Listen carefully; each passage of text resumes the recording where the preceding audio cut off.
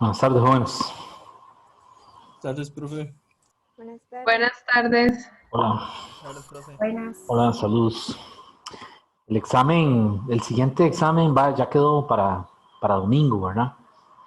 Para que de ahora en adelante van a ser los domingos porque la encuesta del viernes, una mayoría abrumadora votó por hacerlo los domingos, ¿verdad? Igual va a tener la hora y 45 que habíamos dicho.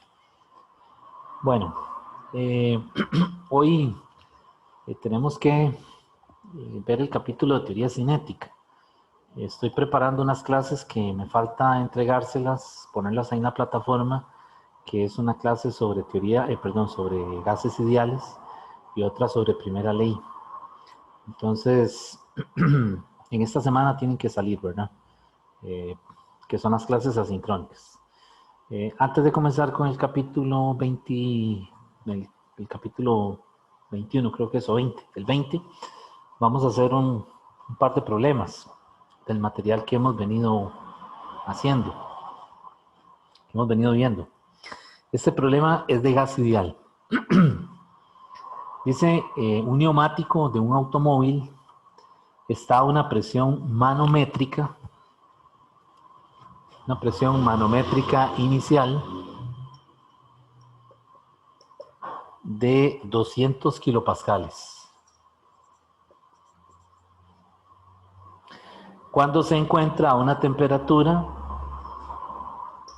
de 20 grados Celsius. Se conduce el carro a alta velocidad y la temperatura del neumático aumenta hasta 50 grados Celsius.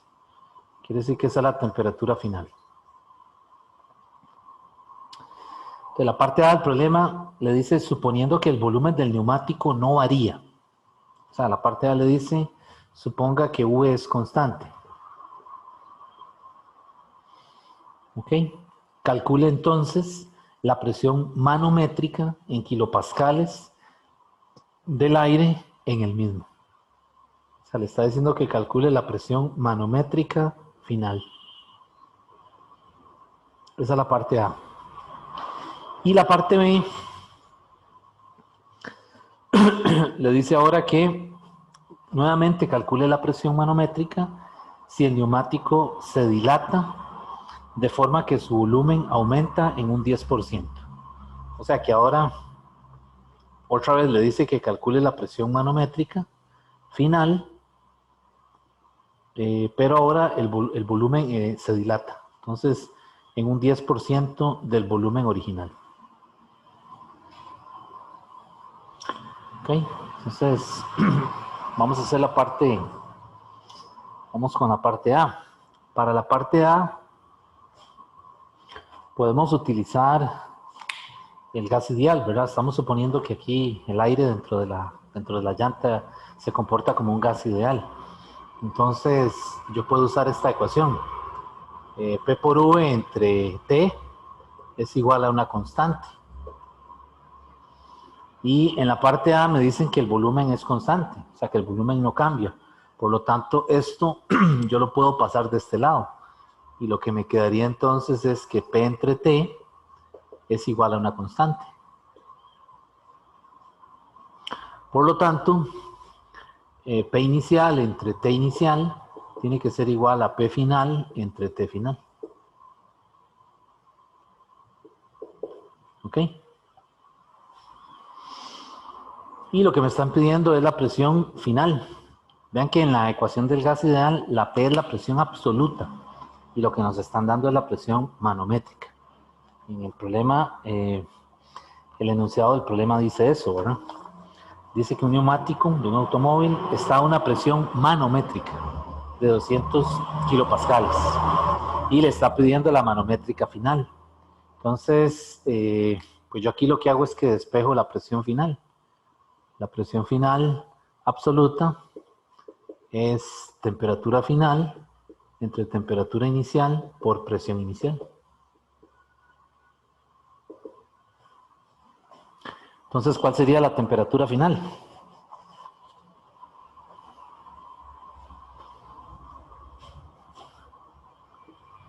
La temperatura final son 50. Pero a esos 50 hay que sumarle 273. Para que quede en Kelvin, ¿verdad? Y abajo igual, la temperatura inicial son 20. Hay que sumarle 273. ¿Ok? Y la presión inicial manométrica es 200 kilopascales. Pero entonces a esa presión yo tengo que sumarle la atmosférica para tener la absoluta. Entonces a 200 kilopascales, ¿qué le sumo? Le sumo la atmosférica, que son 101 kilopascal. Y ahí ya tengo la presión absoluta final. A mí me da 332 kilopascales. ¿Ok? ¿Esa es la respuesta? No, esa no es la respuesta, porque le está diciendo que calcule la presión manométrica final.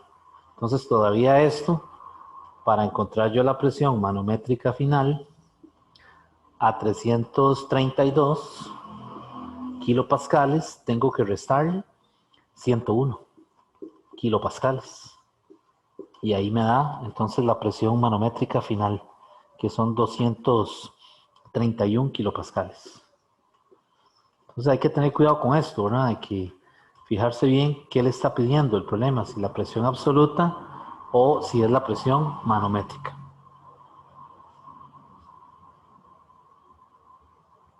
Bueno, esa sería la parte A. La parte B es lo mismo. Le está diciendo ahora que vuelva a calcular la presión manométrica final, pero ahora el volumen ya no es constante, sino que el neumático, conforme comienza a rodar, su volumen se dilata un 10% adicional al volumen que tiene el neumático a la temperatura de 20. ¿Okay? Entonces ahora tenemos que incluir ese efecto aquí.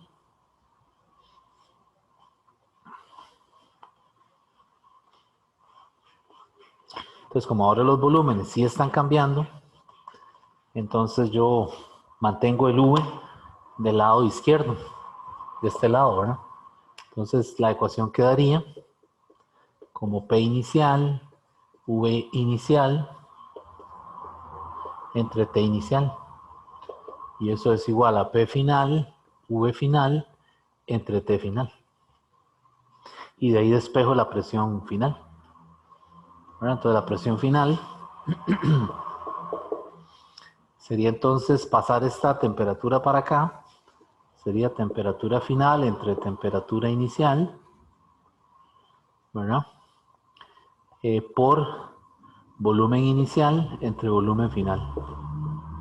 Por la presión inicial. ¿Ok? Y nuevamente vamos sustituyendo. La temperatura final son 50 más 273. La temperatura inicial son 20 más 273 por el volumen inicial. Suponemos que el volumen inicial del neumático es V. No nos lo dan, no lo conocemos. Pero yo sé que de la redacción del problema, el problema dice que el neumático se dilata de forma que su volumen aumenta en un 10%. Entonces, vean que para poderlo poner en términos de decimales sería que el volumen final sea 1.1 del volumen inicial. Por la presión inicial, que sería 200 kilopascales, pero hay que pasarla a convertirla absoluta. Entonces tengo que sumarle aquí 101 kilopascales. Y aquí los V se cancelan y hago esa operación. Entonces la presión absoluta final a mí me da 302 kilopascales. Pero me están pidiendo la manométrica final. Entonces la presión manométrica final va a ser entonces los 302, que es la presión absoluta, ¿verdad? Menos 101, que es la presión atmosférica. Y eso me da 201. Y esa es la respuesta. ¿Ok? Entonces, este tipo de preguntas aparecen a menudo, ¿verdad? en las opciones de marque con X. Entonces hay que fijarse bien cuando le dicen que es presión absoluta o presión manométrica, ¿verdad? Que no vaya a olvidarse hacer esta conversión, ¿verdad? Hacer este cálculo.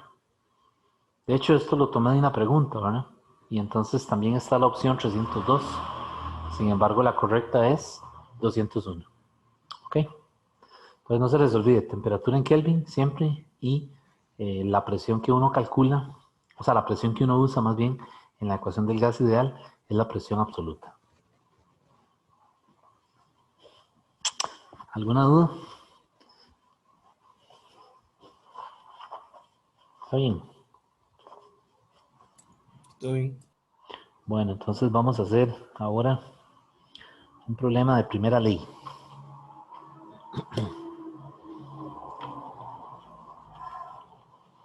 Este es un problema del Serway, pero la 9ª edición.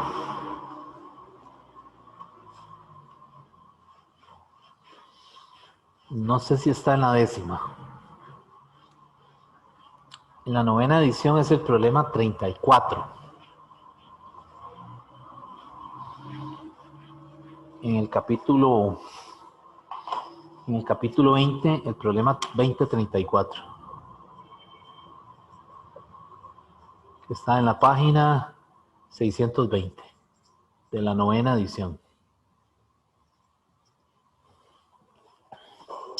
Ok, el problema le da un diagrama PV. Voy a hacerlo por aquí. Le da una curva que es un adiabático. Le da una que es un isotérmico. Y le da algo así. Vamos a ver si me sale.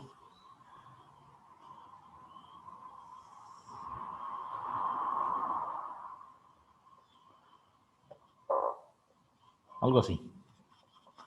Entonces esta es, aquí tienen valor, esto es volumen en metros cúbicos y esto es presión en atmósferas. Entonces esto aquí le corresponde un 3 y aquí le corresponde un 1. Y aquí esto es 0.09, este es 0.2, 0.4 y este punto aquí es 1.2. Y recuerden que en los ciclos hay que ponerle flechas, ¿verdad? Para establecer cuál convenio vamos a usar. Este punto de aquí es A, este es B, C y D.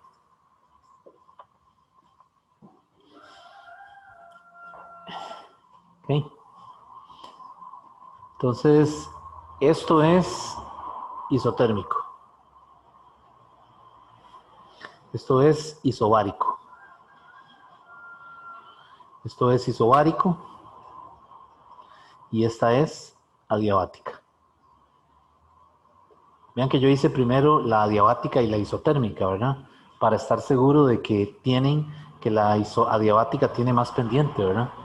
Recuerden que la pendiente del adiabático es mayor que la pendiente del isotérmico, ¿verdad? La recta tangente de un proceso adiabático es mayor que la recta tangente del proceso isotérmico. Entonces así uno se da cuenta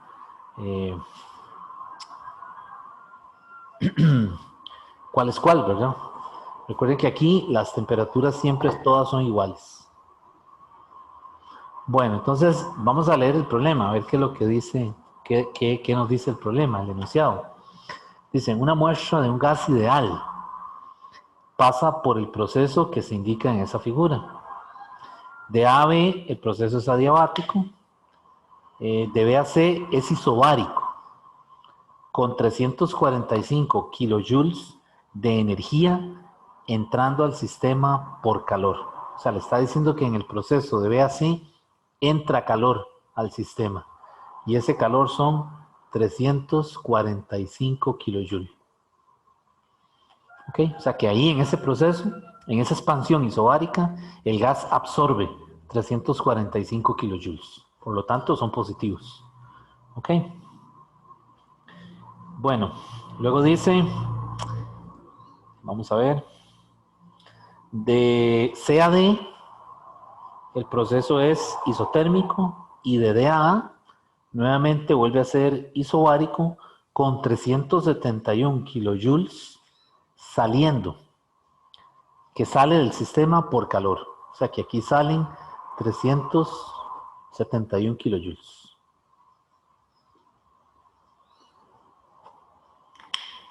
¿Ok? Y la pregunta que le hacen, ¿qué le están pidiendo? En este problema le están diciendo que haya el cambio de la energía interna en el proceso de A a B.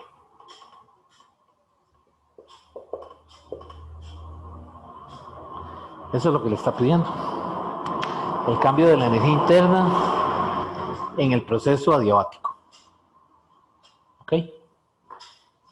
Entonces vean lo que pasa. Si yo uso la primera ley para tratar de calcularlo por primera ley, el cambio de la energía interna en AB tiene que ser el Q en AB más el trabajo en AB. ¿De acuerdo? Si me voy por ahí, si quiero hacerlo por ahí, es lo que me refiero. Entonces enseguida me doy cuenta que como el proceso es adiabático, el Q es 0. Y entonces me queda que el cambio de la energía interna es únicamente igual al trabajo AB. Pero tenemos un problema. Todavía no sabemos cómo calcular el trabajo de un proceso adiabático. Y aunque lo supiéramos, no es seguro si tenemos todos los datos, ¿verdad? Entonces, por ahí no va. Es decir, hay que utilizar algún otro método para resolver el problema. Entonces, para resolver este problema, yo me voy a basar en el hecho de que se trata de un ciclo. Entonces, habíamos dicho en la clase pasada que el cambio de energía interna en un ciclo total es igual a 0. Entonces, aquí sí puedo aplicar eso. Yo voy a decir que el cambio de la energía interna de todo el ciclo, es decir, del proceso A, B, C, D, y cuando vuelve a A, es igual a 0. Y entonces lo que hago es que sumo cada cambio de energía interna. El cambio de energía interna del proceso AB, más el cambio de energía interna del proceso BC, más el cambio de energía interna del proceso CD, más el cambio de la energía interna del proceso, ¿cuál me falta? De A. Y esto es igual a 0. ¿De acuerdo? Y entonces ahora sí, vamos a ver cada uno de esos cambios, a ver qué información podemos sacar de ahí. Bueno, vean que aquí en el caso del proceso CAD, que es un proceso isotérmico, también habíamos dicho que el cambio de energía interna es 0. Entonces ese término se va. ¿Por qué era 0? Porque en un proceso isotérmico la energía interna solo es función de la temperatura. Y al ser únicamente función de T, la energía interna final e inicial son iguales. Es como que si uno hiciera 5 menos 5. Entonces le va a dar 0 también. Por lo tanto, lo que me va a quedar es que el cambio de la energía interna de A a B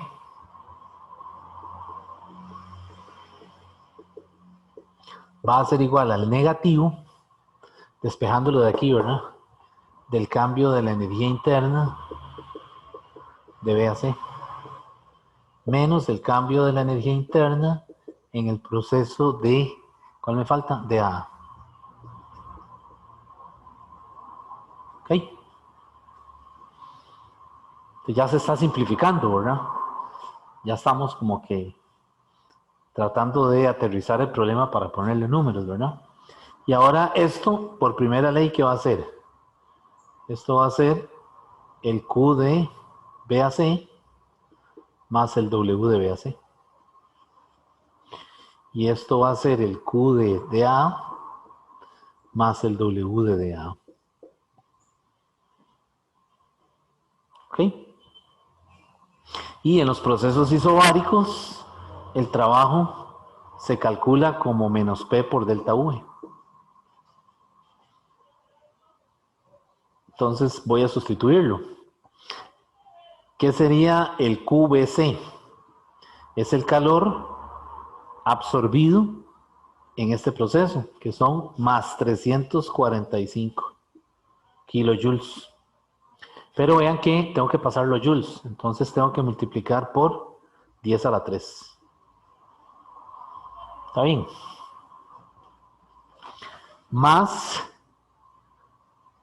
menos, es este menos de aquí, la presión en BC es 3 atmósferas, o sea 3, pero vea que esto está en atmósferas, hay que pasarlo a pascales, entonces multiplico por 1.013 por 10 a la 5 para que me queden pascales. Por el delta V. ¿Quién es el delta V? Volumen final menos el inicial. Vean que el proceso viene de izquierda a derecha. Entonces, el volumen final es el volumen en C, que en este caso es 0.4. Y el volumen inicial es 0.09. ¿Ok?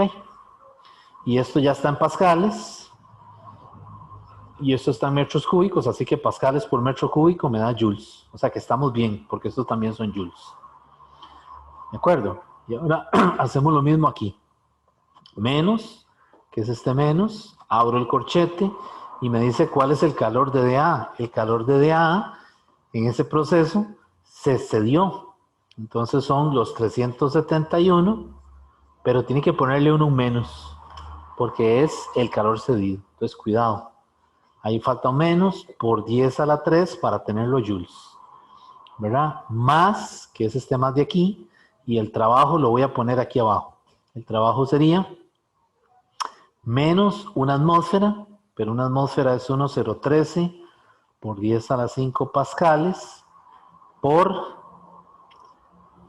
volumen final menos volumen inicial. Volumen final es el volumen en A, que es 0.2. Y el volumen inicial es el volumen en D, que es 1.2. ¿Ok? Aquí sería 1.2. Y esto está en pascales, esto está en metros cúbicos, así que me va a dar joules. Y entonces ya ahora lo que tengo que hacer es hacer esa operación. Hacer todas esas operaciones. El cambio de la energía interna de A a B va a ser entonces igual a mí me da todo 4.29 por 10 a la 4. ¿Qué unidades? Joules. ¿Ok?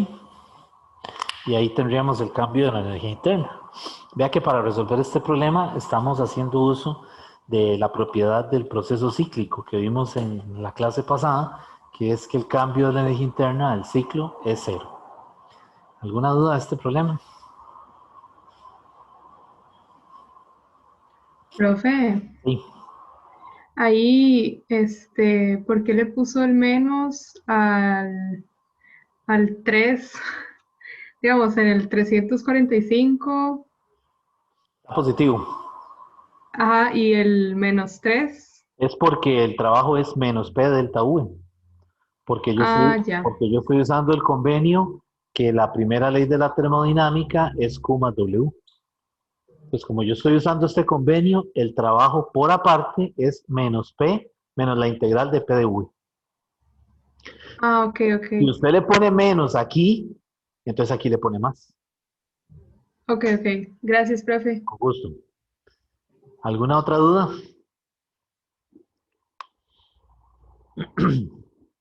Vean que estos problemas tienen digamos, el pequeño detalle de los signos, ¿verdad?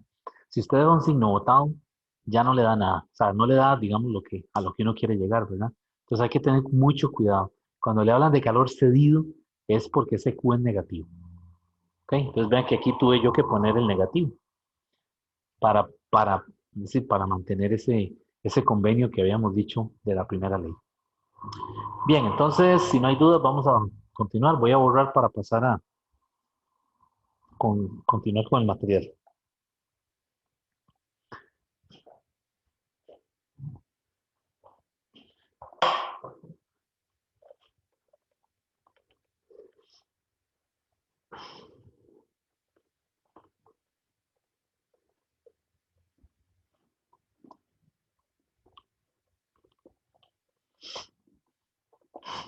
Bueno, hoy vamos a, como les decía, entrar a ver el capítulo 20, que es el capítulo sobre teoría cinética.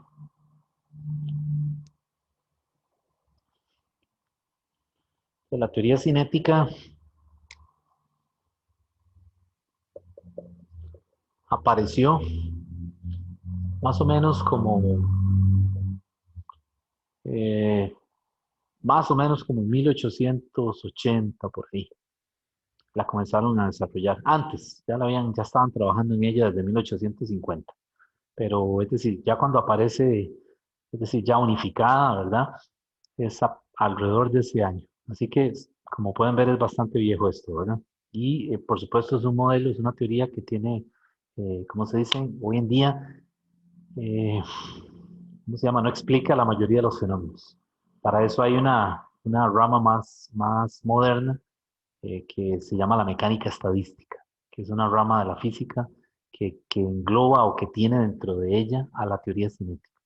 Pero en esa época lo primero que desarrollaron fue la teoría cinética. De la teoría cinética, el, el interés principal es justificar en esa época los resultados experimentales que se estaban obteniendo en termodinámica. Recuerden que la termodinámica nació como una ciencia empírica, es decir, derivada de la práctica. Los ingenieros en aquella época lograron construir una máquina de vapor, pero no tenían ningún fundamento por escrito de por qué esa máquina funcionaba. ¿De acuerdo? Entonces, la termodinámica era una ciencia empírica, no tenía un fundamento, un respaldo en que apoyarse. ¿Ok? Entonces, la teoría cinética vino a proveer ese fundamento, ¿verdad? Ese cimiento para que la termodinámica realmente se convirtiera en una ciencia, con todos ¿cómo se dice? Los requisitos para que sea una ciencia. ¿Ok? Entonces, la teoría cinética es el estudio a nivel microscópico de la materia. En este caso lo vamos a focalizar hacia los gases, al gas ideal, pero la teoría cinética la aplicaron en un montón de otros temas de física que no tenían nada que ver con gases. Pero aquí a nosotros nos interesa el gas ideal, que es el modelo que estamos estudiando. Entonces, por ejemplo, tenemos tres variables macroscópicas: presión, ¿verdad? Que la medimos con un manómetro; volumen, que lo conocemos porque conocemos el contenedor, las dimensiones del contenedor donde está el gas; y la temperatura. Tenemos un termómetro que nos permite registrar ese valor. Entonces, esas variables son macroscópicas porque usted puede medir, hacer una medición directa en el laboratorio de esas cantidades. La teoría cinética intenta justificar el volumen, la temperatura y la presión desde un punto de vista microscópico. Por ejemplo, la presión que usted lee en un manómetro, ¿verdad? Realmente es el resultado de todas las colisiones entre las moléculas con ellas mismas y con las paredes de ese recipiente que las contiene. Entonces, lo que uno ve como una propiedad macroscópica, que es el resultado que le da el instrumento, la teoría cinética lo ve o lo interpreta como el comportamiento a nivel microscópico de todas las colisiones de las moléculas. ¿Okay? Entonces, por ahí va la idea. Por ahí fue como arrancó, digamos, esa teoría. ¿Okay? Entonces, tiene algunos resultados eh, importantes, que son los que vamos a ver aquí.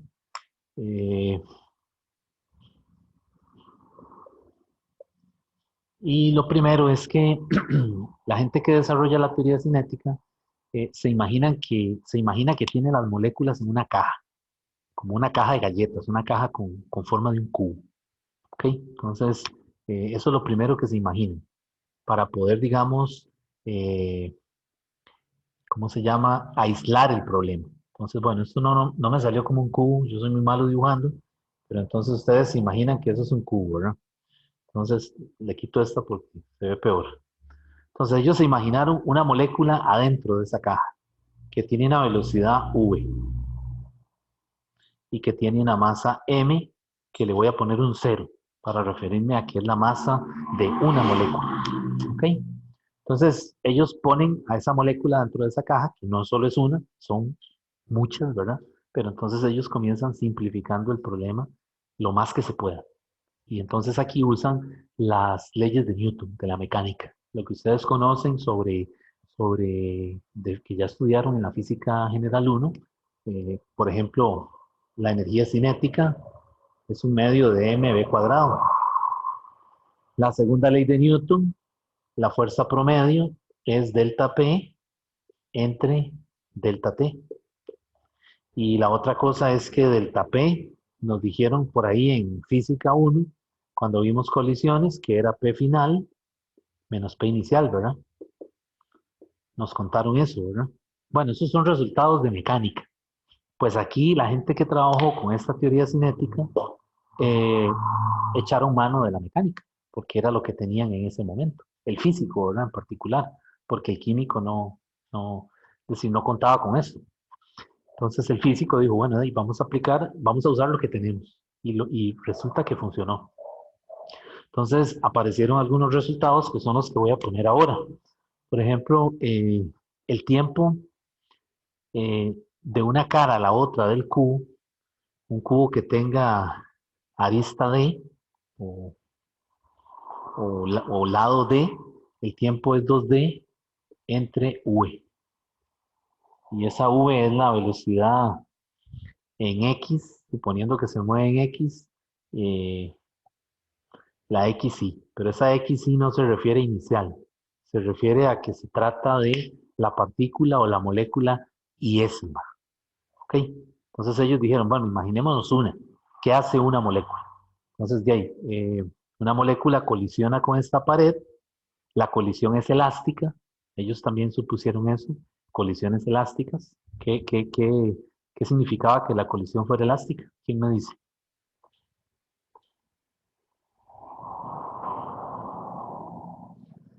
¿Qué significaba una colisión elástica? Que no pierde energía. Que no pierde energía cinética. Correcto. Entonces ellos dijeron, las colisiones tienen que ser elásticas, porque si hay pérdidas de energía, el problema se nos va a embarriar la cancha, se va a hacer un problema mucho más complejo.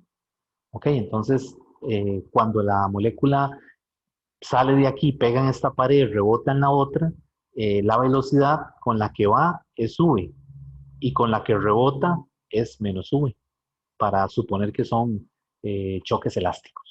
¿Ok? Entonces, todo eso se lo metieron ellos a la teoría cinética, ¿verdad? Y entonces, un resultado que aparece es este. El tiempo entre dos colisiones, ¿verdad? Que pega en una pared, vuelve a la otra y regresa. Vean que recorre D para allá y D para acá. Ahí está el factor 2D. Ese tiempo es 2D entre la velocidad. Entre la velocidad en el eje X de la partícula iésima, ¿verdad? Esa I no es inicial. Entonces, vean lo que pasa. Pero el problema es que el movimiento es más complejo, porque una molécula no solamente se mueve en X, se puede mover en Y, o se puede mover en Z, o puede tener una componente. Entonces es un problema mucho más complejo. Pero ellos comenzaron simplificándolo, ¿verdad? Y conforme fueron estudiándolo, le fueron poniendo más cosas, ¿verdad? Ok, entonces ese es un resultado de la teoría cinética. El tiempo, digamos, entre colisiones. El otro resultado importante, jóvenes, es que el delta P, como les dije, el momento va a ser, es decir, inicialmente va a ser m por v, pero cuando colisiona con la pared, se devuelve con velocidad con signo contrario. Entonces sería menos mv. Entonces esto sería delta P es igual a 2mv. Y ese es m0v. ¿Ok? Entonces M0 es la masa de una molécula. Entonces este es otro resultado en teoría cinética. Lo que le estoy poniendo un check, son resultados ya que ellos obtuvieron.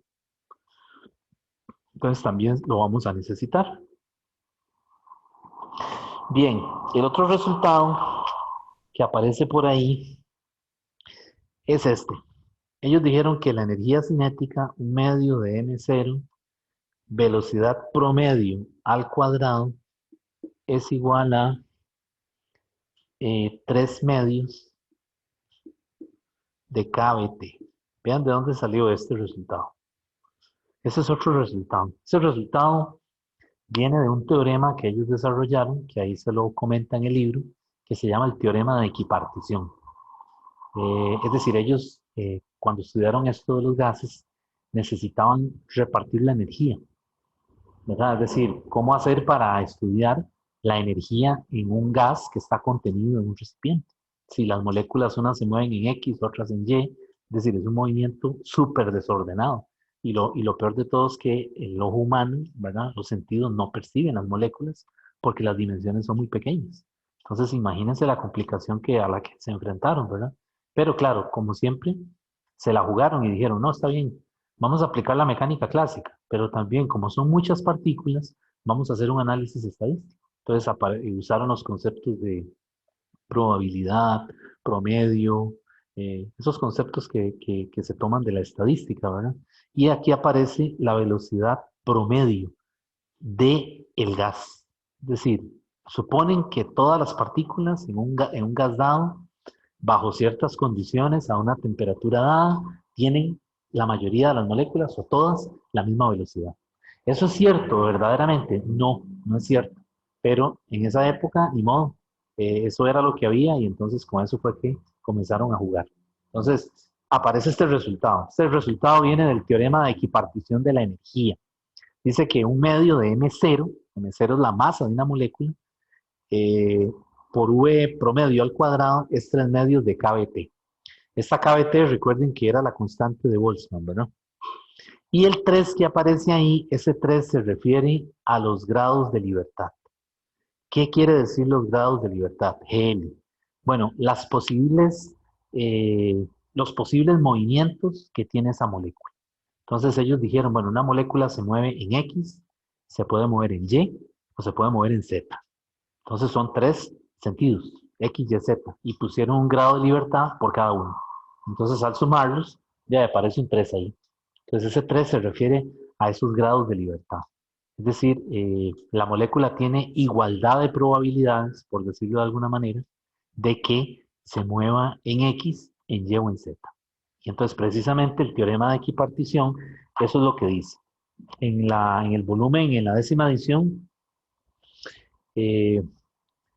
se los leo textualmente como está ahí. El teorema lo que dice es que cada grado de libertad aporta un medio de kBt, ¿de acuerdo? A la energía de un sistema, donde los posibles grados de libertad son los asociados con la traslación, la rotación y la vibración de las moléculas. O sea, ellos se imaginan que una molécula eh, puede trasladarse como que si fuera una bola de base o una bola de ping-pong, puede rotar, ¿verdad? Como que si fuera en esfera, recuerden los momentos de inercia, o puede vibrar como que si fuera un movimiento armónico simple. Vean el nivel de imaginación de esa gente, ¿verdad? No tenía tele, no había internet, y entonces de ahí, ellos comenzaron a darle vuelta a ese asunto, ¿verdad? Entonces desarrollaron ese teorema. Entonces dijeron, bueno, un medio de kBt por cada grado de libertad. Y son 3, entonces por ahí aparece el 3 que ustedes ven en esta ecuación. ¿Ok? Ok, entonces ¿para qué sirve esta fórmula? Bueno, esta fórmula yo puedo despejar la temperatura de aquí. Entonces tendría una forma de calcular la temperatura en la teoría cinética. T es igual a, y entonces aparece este resultado. 2 entre 3 kb multiplicado por un medio de m0, velocidad promedio al cuadrado. Esto que está aquí es la energía cinética de una molécula. Entonces enseguida vean que nos damos cuenta que la energía cinética es directamente, la temperatura es directamente proporcional a ¿quién? A la energía cinética. Aquí ya lo vemos. ¿Quién es la constante de proporcionalidad? 2 entre 3 kb. Aquí ya yo veo que la temperatura absoluta es directamente proporcional a la energía cinética de una molécula. Y eso es cierto. Quiere decir que cuando usted calienta un gas, ¿verdad? Su energía cinética va a aumentar. ¿Por qué? Porque las partículas se mueven cada vez más rápido, ¿verdad? Y colisionan entre ellas mismas y con las paredes del recipiente donde están. Entonces, este es un resultado que se obtuvo de la teoría cinética, que ya se sabía ¿cómo se dice? Se intuía desde el punto de vista experimental. Entonces, en termodinámica, en esa época ya sabían eso. Solamente que hasta que apareció la teoría cinética, ya entonces sí, lo confirmamos. Efectivamente, la temperatura, perdón, es directamente proporcional a la energía cinética por molécula. ¿De acuerdo? Profe, una Dígame. consulta. Ahí usted dijo que en la parte del tiempo, que eso se podía usar para cualquiera de las tres dimensiones. Sí. ¿Es correcto? Ok, entonces ahí podemos, en lugar de poner X, podemos usar Y y podemos usar Z. Eso equivale a cualquiera de todos. En esta, dice usted. ¿Correcto? Sí, correcto. Entonces, claro, correctísimo lo que usted está diciendo. Entonces, ese delta T, como ya sabemos que puede ser para cualquiera, entonces nada más usamos la velocidad promedio. O sea, la velocidad, digamos, del gas, la velocidad que vamos a considerar como la misma para todo el gas. ¿Ok? Es decir, ellos lo estudian para una dimensión X, pero esto puede ser igualmente probable para Y o para Z. Bueno, entonces, el otro resultado que aparece ahí es el de la velocidad RMS. Voy a ponerlos por aquí. Son varios resultados. Voy a poner primero el de la energía cinética. Estos son ya los resultados que ellos obtuvieron de la teoría cinética. El otro resultado es este. La energía cinética total traslacional es igual a 3 medios de n kBt o es igual a 3 medios de nRT.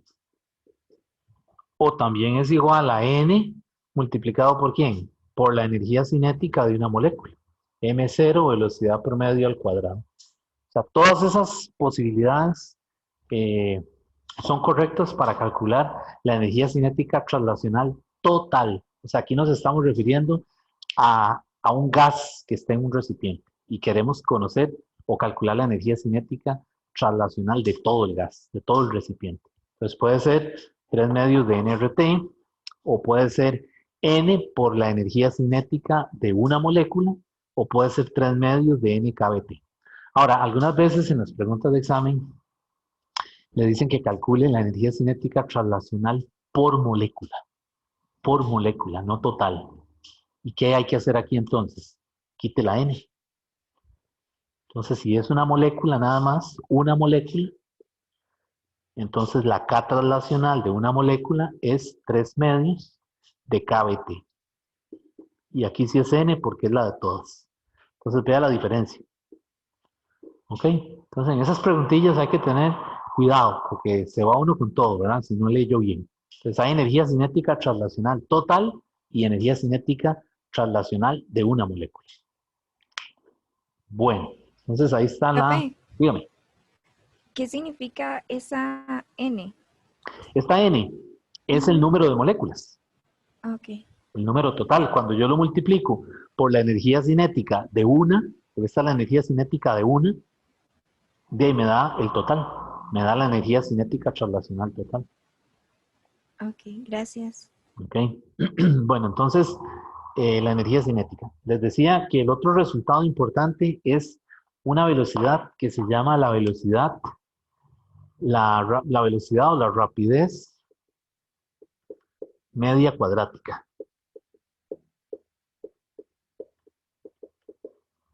La rapidez de la raíz media cuadrática le llaman, o la rapidez media cuadrática. Y usa este símbolo. RMS es la raíz cuadrada de la velocidad promedio al cuadrado. Y esto es igual a la raíz de 3RT entre la masa molar. O también es igual a la raíz de 3KBT entre la masa de una molécula. ¿Ok? Entonces, este resultado, ¿de dónde lo estoy sacando yo? De aquí mismo, del resultado que tenía aquí de cuando igualé energía cinética. Solamente que ahora estoy despejando para la velocidad RMS. Entonces, aquí yo no puedo cancelar el cuadrado con el 2 de la raíz. No, no se puede cancelar porque ya esto es un solo término con el cuadrado. Es decir, este cuadrado no es parte de la operación de la raíz, es lo que quiero decir. Así que cuidado, lo cancela, ¿eh? Entonces, si le dicen que calcule la velocidad promedio, entonces en este caso la velocidad promedio tiene que ser ¿quién? El cuadrado de ¿quién? De la RMS. ¿Ok? Y aquí la masa es la masa molar del gas y aquí es la masa de una molécula. Entonces, recuerden que hace como 15 días, cuando vimos el gas ideal, yo puse unas formulillas ahí, ¿verdad? Que les decía, cuidado, no confundan esta M, que es la masa total del gas, con el M0, que es la masa individual. Entonces, ahora aquí es que cobra significado eso, ¿verdad? Bien, entonces ahí está ya el otro resultado. Y bueno, el último resultado es el de la presión. La presión, en teoría cinética, es 2 tercios de N entre V, que es el número de moléculas, multiplicado por ¿quién? Por un medio de M0 V promedio cuadrado. Y nuevamente, vean que ahora, ¿qué nos está diciendo este resultado? Que la presión en un gas es directamente proporcional ¿a quién? A la energía cinética de una molécula. ¿Lo ven? ¿Cuál es el factor de proporcionalidad aquí? 2 tercios de NV. ¿Okay? Y ese resultado está en completo acuerdo con lo que se ve experimentalmente. Cuando usted calienta un gas y tiene un manómetro conectado, ¿qué va a observar? Que la aguja del manómetro comienza a levantarse. Es decir, comienza a registrar cada vez más un valor mayor para la presión en el interior del gas. ¿Por qué? Porque al aumentar la presión, al calentar el gas, perdón, las moléculas comienzan a colisionar, hay más colisiones entre ellas y con las paredes del recipiente. Y ese efecto combinado de todas esas colisiones es lo que nosotros leemos en el manómetro por fuera del tanque. Entonces vean cómo la teoría cinética pone en acuerdo, o sea, pone en completo acuerdo lo que se ve experimentalmente, ¿verdad? Lo que usted mide en el laboratorio con el comportamiento a nivel microscópico de las moléculas. Entonces, la teoría cinética por eso fue tan exitosa en esa época. Estamos hablando de 1880, porque estaba en acuerdo, en completo acuerdo con lo que se veía experimentalmente, ¿verdad? En ciencias, si la teoría no está en acuerdo con lo que usted hace experimentalmente, no sirve de nada, ¿de acuerdo? Entonces, por eso es que la teoría cinética cobró tanta relevancia en esa época, porque vino a decir, ok, sí, lo que se está haciendo en termodinámica, vamos por buen camino. Estos resultados que vemos experimentalmente, los estamos ahora comprobando con la teoría cinética, ¿ok? Esa es la idea. Bueno, entonces, esos son los resultados más importantes, jóvenes, en teoría cinética. Hay otros, por supuesto, que vamos a ver ahora, pero digamos que esta es la parte, lo primero con lo que ellos arrancan para comenzar a después eh, aumentar progresivamente un montón de resultados que obtuvieron en teoría cinética.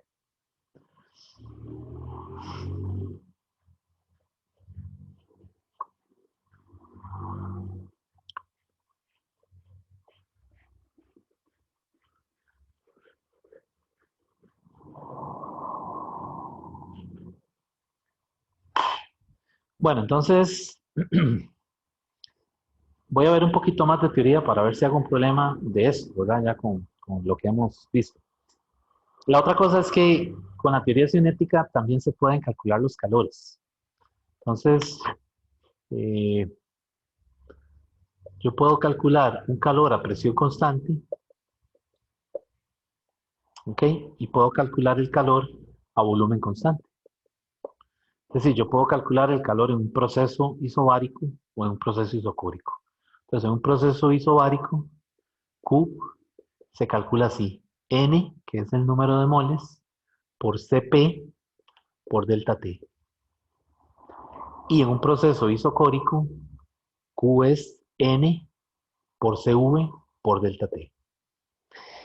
Esta N es el número de moles, el delta T tiene el mismo significado que hemos dicho, ¿verdad? Es temperatura final menos temperatura inicial. Y el Cp y el Cv son las capacidades caloríficas a presión constante y a volumen constante respectivamente. Recuerden que la semana pasada vimos dos cantidades, ¿verdad? Calor específico, que era la C minúscula, que es que era capacidad calorífica entre N o entre M, ¿verdad? Lo que uno quisiera usar ahí, masa o cantidad de sustancia. Entonces, cuidado, esto es calor específico. Y esto que está aquí se llama la capacidad calorífica. O también el libro le llama el calor específico molar de un gas ideal. ¿Ok? Entonces, esta Q es el calor en el proceso, el calor que se absorbe o el calor que el sistema libera, que cede. Pero esta C es la capacidad calorífica a presión constante o a volumen constante. Y resulta que esa capacidad calorífica es característica del gas en estudio. Es decir, qué sé yo, el helio, el gas helio, tiene una capacidad calorífica a volumen constante y otra capacidad calorífica a presión constante que ya han sido medidas, ¿verdad? Más bien es una cantidad, la capacidad calorífica más bien sirve para caracterizar el gas. El hidrógeno igual, tiene su capacidad calorífica a presión constante y su capacidad calorífica a volumen constante. Entonces ahí en el libro le dan una tabla que en el caso de la décima edición está en la página 541, donde le da las capacidades caloríficas de gases monoatómicos, gases diatómicos y también gases poliatómicos. ¿Ok? Entonces ya esas capacidades están, ya han sido calculadas un montón de veces. Nosotros lo que tenemos que hacer es más bien usarlas para calcular el calor en un proceso isobárico o el calor en un proceso isocórico. ¿Ok? Bueno, entonces, otro resultado importante de la teoría cinética es que el cambio de la energía interna se puede calcular de esta manera: NCV por delta T. Ese fue otro resultado, digamos, otro acierto de la teoría cinética, porque, es decir, la primera ley lo que nos dice es, coja el Q y le suma el W. Esto es, digamos, el punto de vista de la termodinámica. Y este es el punto de vista de la teoría cinética. Y ambas cosas tienen que ser iguales, ¿verdad? Entonces, la teoría cinética, otro resultado fue que le dijo, no, el cambio en la energía interna es NCV delta T. Siempre se va a poder calcular así. ¿Ok? Y efectivamente, también es un resultado correcto. Bueno, y también aparecen otras cantidades ahí, una cantidad que vamos a usar mucho aquí, que se llama el exponente adiabático.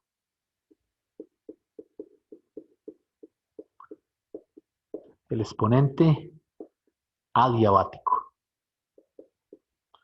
El exponente adiabático, vamos a utilizar la letra griega gamma para referirnos a él. Y está definido, vamos a usar la letra gamma, que es como una Y así abierta, y está definido de esta manera. El gamma es la razón de CP entre CV. Siempre va a ser eso. O sea, siempre que yo quiera calcular gamma, va a ser CP entre CV. ¿Ok? Y el otro resultado importantísimo también aquí, en teoría cinética, es la ecuación de Mayer. La ecuación de Mayer, que está ahí en la página 541, le dice que CP menos CV es igual a R. Ese es otro resultado que en teoría cinética, cuando llegaron a él, ya ahí ya estaban volando, como dice la gente ahora, ¿verdad? Es decir, cuando llegaron aquí, cuando ellos descubrieron esto teóricamente, ya se dieron cuenta que sí, que la teoría cinética iba totalmente bien encaminada, porque experimentalmente, antes de que este resultado fuera conocido, en los laboratorios, siempre que calculaban las capacidades caloríficas, siempre la capacidad calorífica a presión constante es mayor que a volumen constante. Siempre. Siempre ha sido así, pero en esa época no sabían por qué, ¿verdad? Es decir, probaron un montón de veces ensayando, ¿verdad? Con diferentes gases y repitiendo el experimento un montón de veces y siempre el CP era mayor que el CV, ¿verdad? Hasta que apareció este resultado. Claro, enseguida nos damos cuenta que si yo despejo el CV, perdón, si despejo el CP, quiere decir que el CP es mayor que CV en un factor que es ¿quién? R, el 8.314, que es la constante universal de los gases. Y ese resultado no había forma de obtenerlo experimentalmente. Es decir, ellos veían, los que hicieron las mediciones, veían que había un 8 punto algo ahí, adicionado al CV, pero no sabían por qué.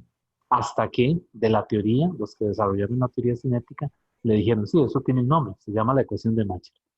¿Okay? Entonces, vean que todos estos resultados fueron apareciendo conforme se hacía también la parte experimental. Así que algunas veces la teoría cinética, los que trabajaron en teoría cinética, más bien se adelantaban a la parte experimental. Más bien le decían a los experimentalistas, no, tiene que aparecer un resultado de este tipo. Y eso es porque lo predijeron teóricamente.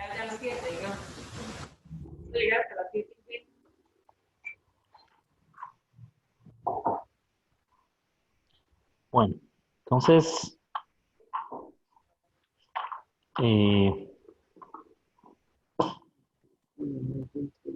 vamos a ver qué valores tiene el gamma cuando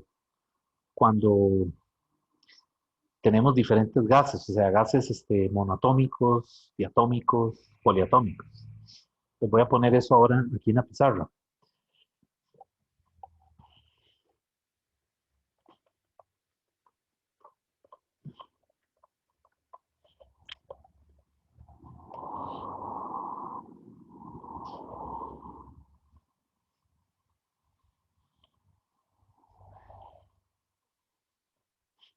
Entonces, si el gas es monoatómico,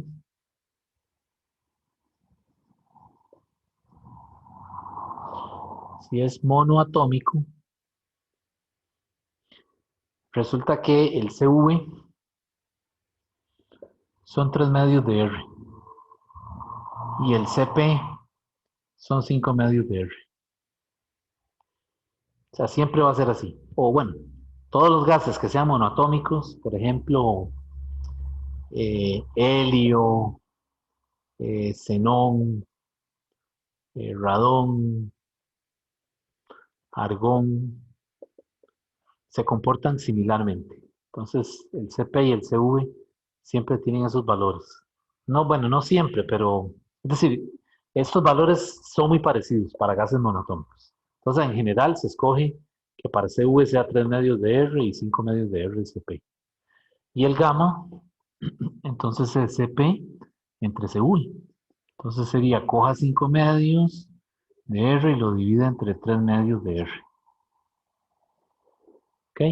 Entonces, ¿qué puedo cancelar ahí? Los 2 y las R's. Y me queda entonces que para un gas monoatómico, el gamma es 5/3, que es 1.67. Entonces, cuando a uno le digan un gas monoatómico, ¿verdad? Ya uno sabe que el gamma con el que va a trabajar es 1.67. ¿Ok? Entonces, ¿qué pasa, por ejemplo, con gases diatómicos? Aquí es helio, argón.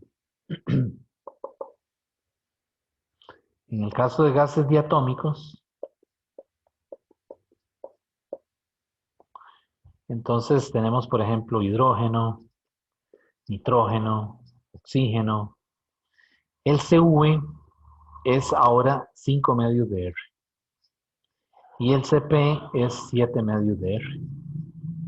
Entonces, cuando yo hago el gamma, o sea, cuando hago este cociente, CP entre CV, me va a quedar 7 medios entre 5 medios, que eso es 7 quintos.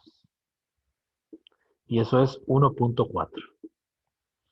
Entonces ya sé que cuando tengo un gas diatómico, pues entonces tengo que utilizar el valor de 1.4. Entonces, ¿cómo aprenderse esto? Pues vea que aquí hay un aumento de una unidad, ¿verdad? El CU es 3 medios, aquí es 5 medios. Aquí el CP es 5 medios, aquí es 7 medios. ¿Ok? Y para poliatómicos, que casi no se usa, pero para poliatómicos, por ejemplo, moléculas como el dióxido de carbono, o por ejemplo el amonio, son poliatómicas, ¿verdad? Entonces el CV, perdón, es 3R y el CP es 4R. Entonces, aproximadamente, ¿verdad? Entonces, de aquí el gamma es 4/3, que es 1.33. Y ahí tengo los tres valores de gamma, mono, di y poli. Entonces, algunas veces no, le dicen es helio, entonces usted tiene que saber que es monoatómico, ¿verdad? O otras veces le dicen, es nitrógeno, entonces ya uno dice, ok, es diatómico. Entonces, el valor que tengo que usar es 1.4. ¿Ok? Bueno.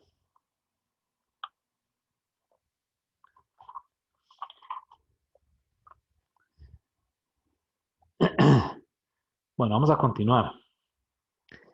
Eh, volviendo al teorema de equipartición, yo les decía que ellos eh, lo que querían era, digamos, que repartir la energía del sistema para, para poder estudiar el gas. Resulta que cuando es monoatómico,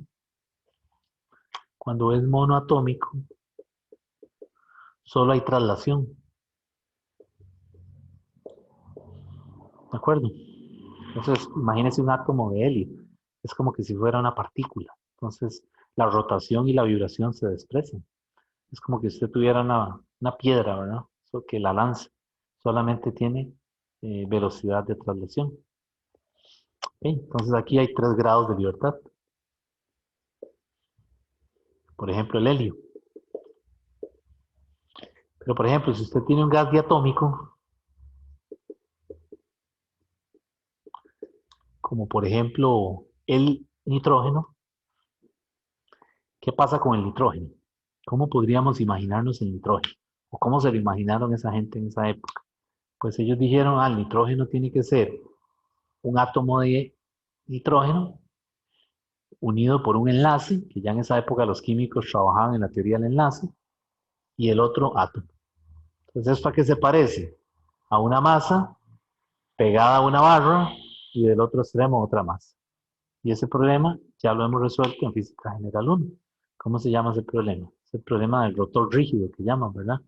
Es decir, una barra que tiene 2 masas. Y entonces esa barra, si yo le pongo un sistema de referencia, imagínense que sea el marcador. Ven el marcador. ¿Qué hace el marcador? Yo puedo hacerlo que se traslade en X, en Y o en Z. Y también puede rotar alrededor de este eje. Ok, lo ven. Puede rotar alrededor de este eje. Lo ven. Y puede rotar alrededor de sí mismo. O sea, si estas son las masas, él no solo puede rotar así, sino que también rota para acá. ¿De acuerdo? Entonces, ¿cuántos grados de libertad hay que agregarle ahora a una molécula de nitrógeno? Tiene traslación y tiene rotación. Entonces, de traslación son 3. Y de rotación, ¿cuántos son? 2. La barra puede ser así o puede rotar sobre ella misma. Entonces serían 2 grados de libertad. Cuando yo sumo eso me da 5 grados de libertad. Entonces vamos poniendo la energía. En el caso de una molécula, como el helio, la energía interna es solo debida a traslación. Entonces, ¿qué ponemos? 3 grados de libertad.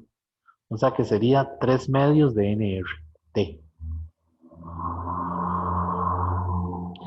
De una molécula, no de un gas, ¿verdad? Aquí estoy considerando el gas completo, ¿verdad?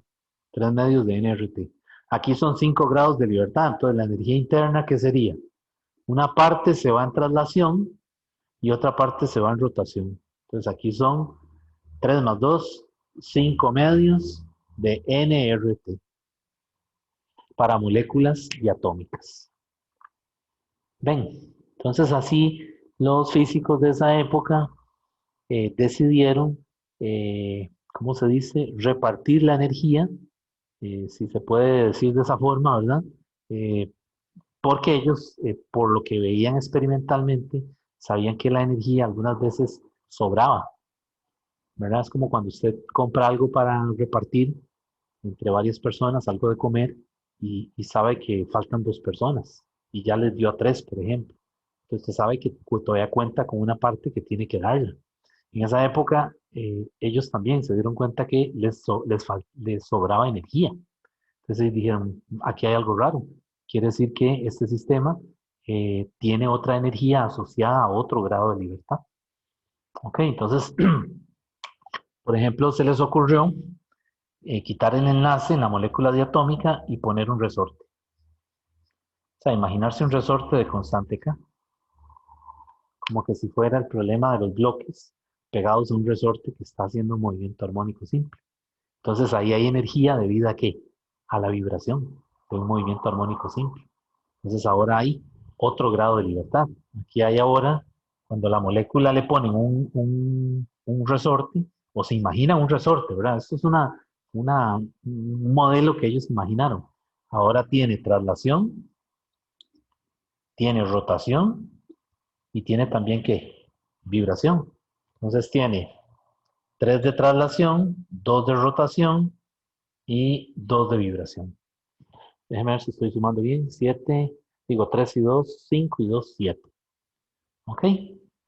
Y entonces ahora cuando hay vibración, la energía interna, cuando hay vibración, cuando se toma en cuenta la vibración, es ahora 7 medios de nRT. ¿Ok? Entonces vean cómo van cambiando, o bueno, cómo va aumentando los grados de libertad cuando solo es traslación, traslación más rotación, traslación, rotación y vibración. Entonces, se los comento porque en los enunciados de las preguntas hay que ponerse vivo, a ver qué le van a decir. Si es un átomo de helio, que solo es traslación, o si es una molécula de hidrógeno, que hay que tomar en cuenta rotación, o si le dicen que también tome en cuenta vibración. Entonces aquí están las 3 formas de calcular esa energía interna. Y vean que estoy poniendo energía interna, ¿verdad? Una cosa es la energía interna y otra cosa es el cambio de la energía interna. Si yo quiero calcular aquí el cambio, se lo aplico a esta fórmula solamente a la E y ¿a quién? Y a la T. Porque la N y la R son constantes. Se supone que la N es la misma porque es un contenedor con un gas que no tiene fugas. Y la R ya es una constante. ¿Alguna duda de esta parte?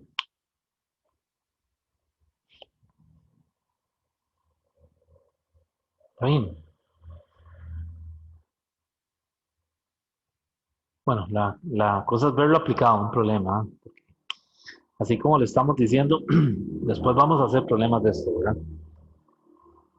Después yo hago una clase de este material asincrónico.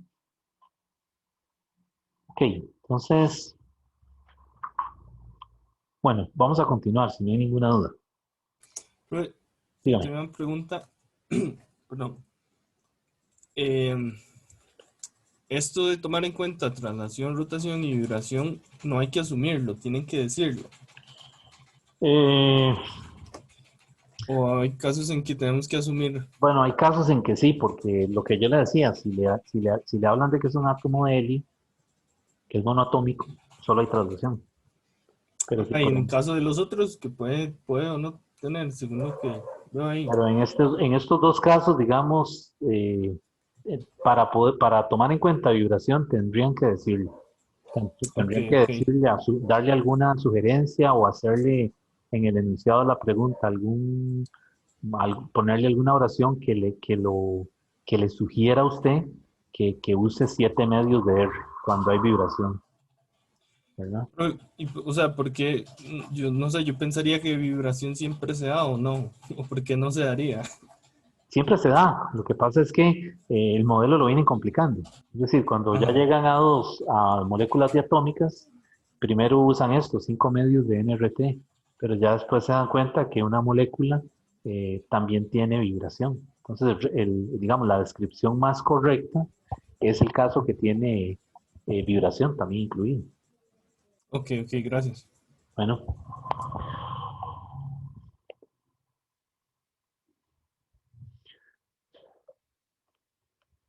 bueno, entonces vamos ahora a pasar a ver los procesos adiabáticos.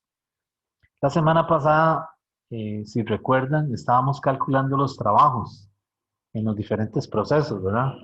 Recuerden que vimos el proceso isocórico, el isobárico, el adiabático, y yo les dije que el trabajo en el proceso adiabático lo dejamos para este capítulo de teoría cinética. Entonces, aquí es donde vamos a ver ahora cómo calcular el trabajo en un proceso adiabático que se nos había quedado pendiente eh, la semana pasada porque el autor por alguna razón lo pasa a este capítulo para juntarlo todo, ¿verdad? Entonces, ahora lo que vamos a ver son los procesos adiabáticos. Procesos adiabáticos.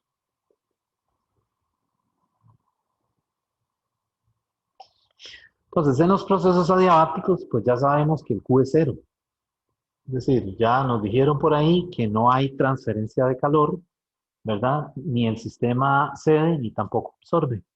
Entonces, cuando eso ocurre, resulta que las ecuaciones para un gas ideal cambian un poco de forma. Entonces, por ejemplo, eh, la primera ecuación en un proceso adiabático es P por V elevado a la gamma es igual a una constante. ¿Ok? Esa es la primera. En donde el gamma es un exponente de la V únicamente, no de la P. Es decir, hay gente que escribe esto, P por V, y le pone la gamma aquí así. Eso está malo, ¿verdad? Porque el gamma solamente pertenece, o sea, solamente es el exponente del U. Y por eso es que se llama el exponente adiabático, precisamente. Si ustedes recordarán ahora, gamma yo lo definí como el exponente adiabático, porque en estas ecuaciones aparece como un exponente. Ok, entonces esta ecuación, la primera ecuación, si esto es constante, entonces quiere decir que P inicial por V inicial a la gamma es igual a P final por V final a la gamma. Y ese gamma ya vimos que puede ser 1.67, 1.4, 1.33. Entonces este es mono, este es di y este es poli. Ok, entonces le tienen que decir, ¿verdad? Le tienen que decir en el problema un gas, ¿cómo se llama? Monoatómico, para que ya usted sepa cuál gamma va a utilizar. Ok, entonces la otra ecuación es esta, T por V a la gamma menos 1 es igual a la constante. Y entonces de aquí vemos que T inicial por V inicial a la gamma menos 1 es igual a T final por V final a la gamma menos 1. Nuevamente, el gamma menos 1 es el exponente solamente de la U, ¿verdad? No de la T. Y hay otra más por ahí que es P a la gamma por T a la 1 menos gamma es igual a una constante. Esta libro no la da. El libro las únicas dos que da son estas. Pero con esas dos es suficiente. Entonces esta otra sería P inicial a la gamma por T inicial a la 1 menos gamma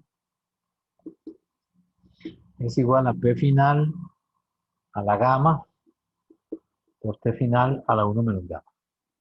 Pero como les digo, con estas dos basta y sobra, porque ya estoy relacionando las tres variables, ¿verdad? La P, la U y la T. Esta es si quiero relacionar P y T, pero es decir, no, el libro no la da porque precisamente no es decir, no es necesario. Bien, entonces esas son las ecuaciones de un proceso adiabático para un gas ideal, ¿verdad? Esto igual, siempre es para un gas ideal. ¿De dónde salen estas ecuaciones? Bueno, ahí el libro le intenta hacer una aproximación de cómo salen. Yo no me voy a poner aquí a hacer eso porque más bien para efectos de examen ustedes saben que son preguntas numéricas, ¿verdad? O conceptuales. Pero entonces vean, algo a un punto de vista conceptual aquí es que vean que en el gas ideal, cuando el proceso no es adiabático, P por U es una constante, ¿verdad? Cuando la temperatura es constante, por ejemplo, esta ley se llama, ¿cómo se llama esta ley? La ley de Boyle, ¿verdad? ¿Y cuánto vale el gamma? Si tuviéramos que comparar esto con esto. Aquí esto vale ¿cuánto? Este exponente, ¿cuál sería? 1. Y vean que los gamma todos son mayores que 1. Eso explica por qué en un diagrama PV el proceso adiabático es más empinado. Es decir, tiene mayor pendiente que el proceso isotérmico. Y claro, matemáticamente, al tener un exponente mayor que 1, esa curva tiene que ser mucho más inclinada. ¿Lo ven? Entonces, en este gamma es mayor que en 1. En este gamma es igual a ¿qué? A 1. Entonces, ya por ahí nos damos cuenta, digamos, de algunas, ¿cómo se dice? Algunos detalles conceptuales entre un proceso adiabático de un gas ideal y un proceso de un gas ideal que no es adiabático. ¿Ok? Vean que aquí hay mucho concepto, ¿verdad? Entonces es importante que ustedes se lean el libro con detalle, ¿verdad? Porque en esta modalidad que estamos, vuelvo y lo repito, ya lo he dicho en varias clases, le van a hacer preguntas conceptuales, ¿verdad? Y eso requiere que usted lea el libro, ¿verdad?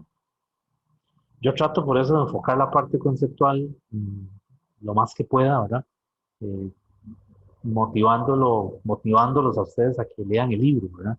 Que digamos, es la base para luego entender los problemas, ¿verdad? Ok, bueno, entonces el proceso adiabático. Profe, Bueno, resulta que el trabajo en un proceso adiabático, le voy a poner de una vez la fórmula. El trabajo en un proceso adiabático usan lo que ya vimos, la integral de P de V por dV, y utilizan esta primera ecuación y la meten aquí. Ok, no voy a hacer la integral porque realmente esa parte pues no se la van a preguntar, es decir, no lo van a poner aquí, haga la integral. Pero el resultado es el siguiente. El trabajo de un proceso adiabático, después de hacer esa integral, es 1 entre gamma menos 1, multiplicado por P final, B final, P inicial, B inicial. Así se calcula el trabajo de un proceso adiabático. 1 dividido entre gamma menos 1, P final, V final, menos P inicial, V inicial. El menos ahí yo lo metí. Este menos que está aquí, delante de la integral, lo metí aquí adentro. O sea que aquí estaba 1 menos gamma. ¿Ok? Y también se puede calcular de esta manera. Vean que el cambio en la energía interna, ya dijimos que es NCV delta T, ¿cierto? Y en un proceso adiabático que es Q más W, el Q es 0. Por lo tanto, el trabajo de un proceso adiabático también se puede calcular como NR temperatura final menos temperatura inicial, por cualquiera de estas dos vías.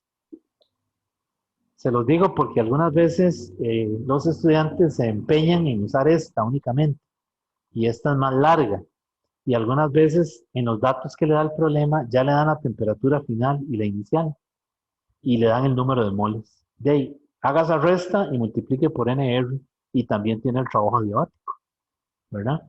Por aquí es un poquito más largo. Entonces, más bien, si tienen todos los datos, cuando yo veo que el problema tiene todos los datos, yo lo hago de las dos formas para estar seguro de que efectivamente estoy calculando bien ese trabajo.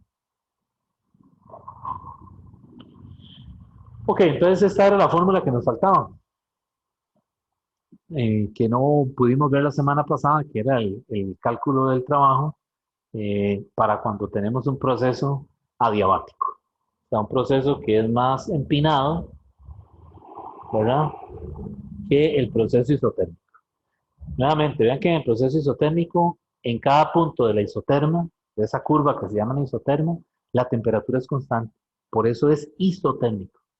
¿De acuerdo? Y hay transferencia del calor. Pero todo el calor, o más bien todo el trabajo se convierte en calor, en el isotérmico. En el adiabático no hay transferencia de calor. Sin embargo, la temperatura en cada uno de esos puntos de esa curva no es la misma. Va a cambiar. Entonces, vean una cosa con la otra, ¿verdad? Ahí también está la parte conceptual. Ok, bueno, entonces, eh, lo que me queda ahora, para ya terminar con la sección, perdón, con el capítulo, eh, Profe, ¿me escucha? sí, dígame. Esta parte de, bueno, por lo menos esto de procesos adiabáticos, ¿dónde lo puedo encontrar en el libro? Si tengo la 10ª edición. En la 10ª edición, los procesos adiabáticos están en la página 545, 545. en la 10ª Gracias, edición. profe. Ok. Bueno, entonces voy a borrar aquí para ver la última sección del, de este capítulo. Este material es muy bonito, ¿verdad? Es decir, no es, los cálculos no son difíciles, pero tiene mucho concepto, ¿verdad? Entonces, por eso les digo, es importante que lo lean para que usted se empape, ¿verdad?, del material. Pero dificultad no es tan difícil, es decir, ustedes han hecho cosas más difíciles. Por ejemplo, cuando sumaban vectores o sumaban fuerzas, eso es más difícil porque usted tiene que considerar que el vector es una cantidad que tiene magnitud y dirección y sentido. En cambio, aquí todos son magnitudes. Lo único es que hay que tener cuidado con los signos, ¿verdad? Entonces, los que tengan que llevar un curso de termo más adelante, pues ahí van a volver a ver esto, ¿verdad? Por supuesto, ya aplicado a, a su carrera, ¿verdad? Como tal. Bueno, lo que me falta de ver ahí es la distribución de Maxwell-Boltzmann. Se llama distribución de rapideces moleculares o distribución de Maxwell-Boltzmann. Esto también es un resultado de la teoría cinética, ¿verdad? En esa época, cuando comenzaron a hacer los cálculos, se dieron cuenta que los gases, dependiendo de la temperatura, tenían una velocidad distinta y eso no se entendía muy bien. Es decir, cuando usted cambiaba la temperatura, la aumentaba o la disminuía, la velocidad obviamente cambiaba, pero no había, digamos, un patrón o alguna cosa, alguna regularidad que les permitiera entender por qué, ¿verdad? Ya tenía un equipo que permitía calcular la velocidad, pero no sabían por qué realmente. Entonces la distribución que desarrollaron estos señores por separado, ¿verdad? En países distintos, eh, permite explicar eso. Permite explicar cómo el gas a cierta temperatura tiene una velocidad y cuando esa temperatura cambia, es decir, aumenta, por ejemplo, tiene otra velocidad. Y eso es lo que se llama la distribución de velocidades moleculares. Entonces, la distribución es una campana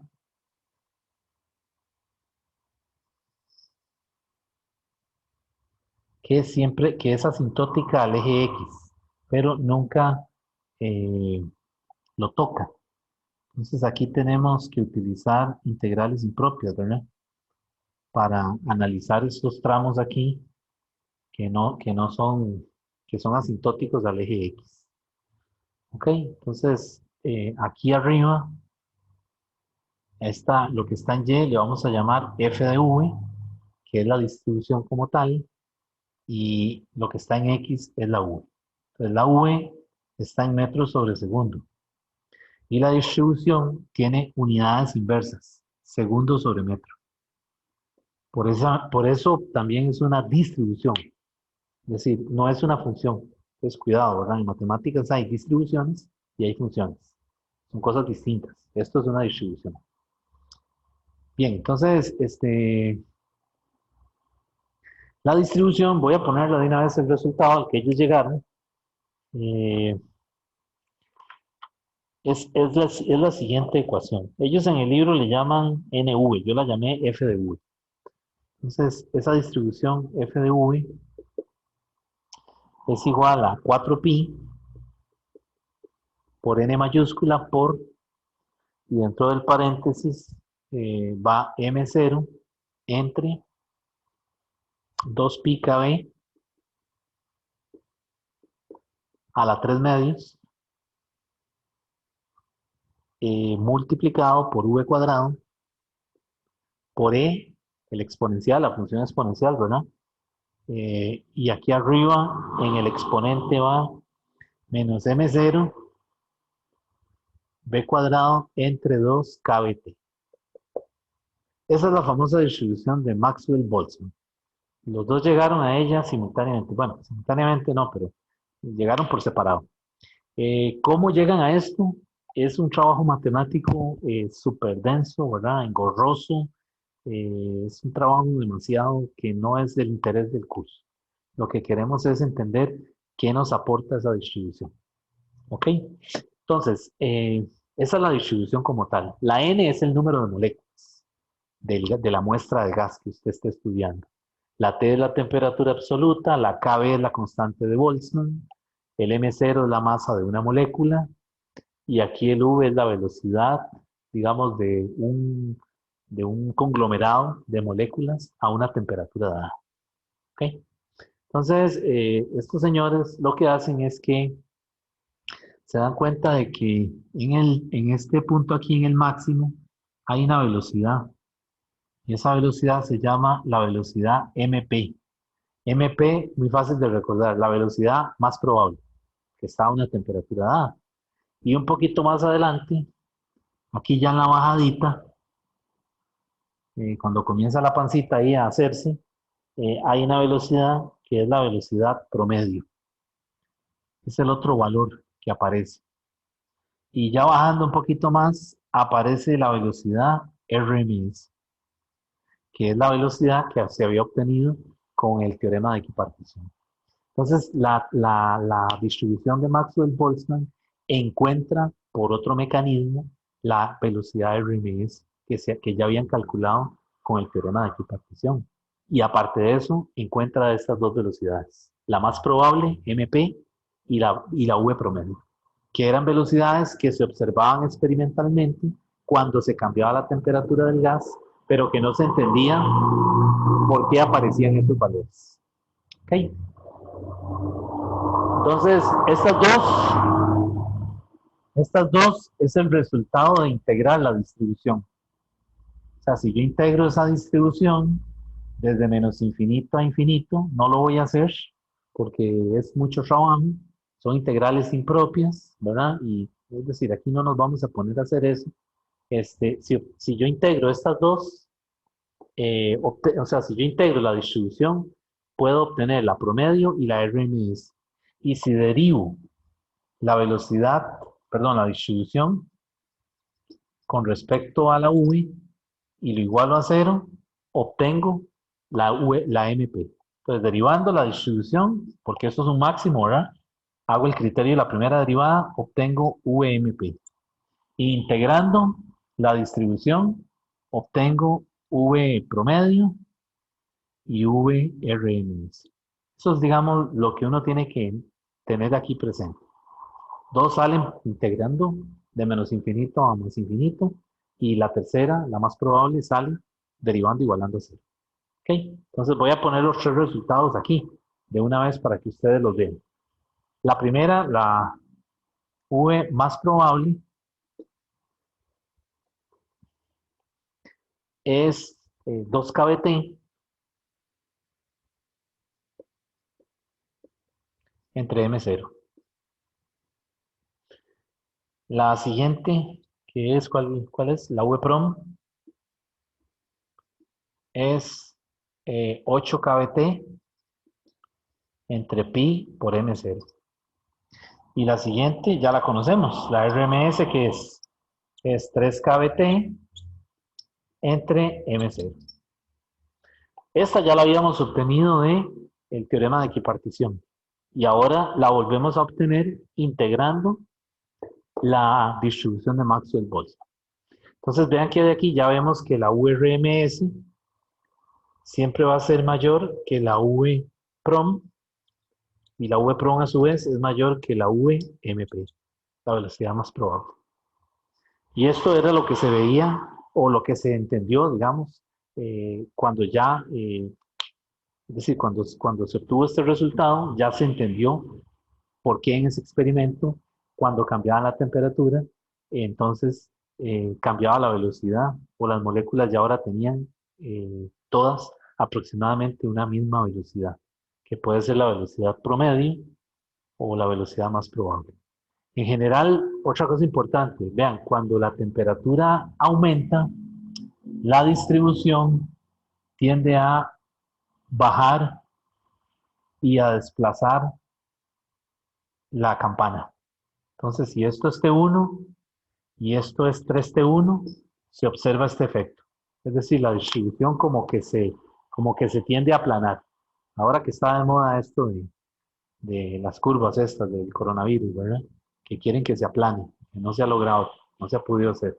Bueno, en la distribución de Maxwell-Boltzmann, cuando usted aumenta la temperatura, esa distribución comienza a bajar. O sea, ese máximo comienza a desplazarse, a correrse y a lo que llaman a explayarse la distribución. ¿Ok?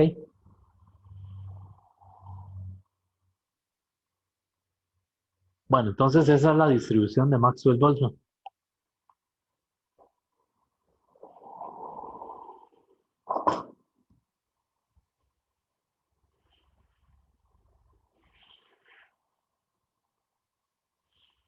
¿Ok?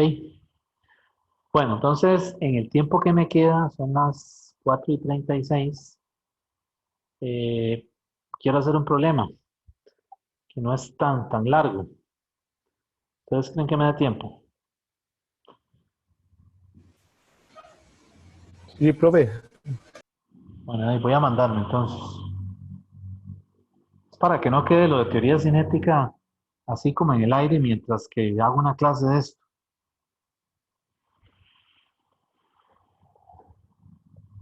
Bueno, recuerden que los exámenes ya ahora se pasaron definitivamente a los domingos, ¿verdad? Con un tiempo de ejecución de 1 hora y 45 minutos.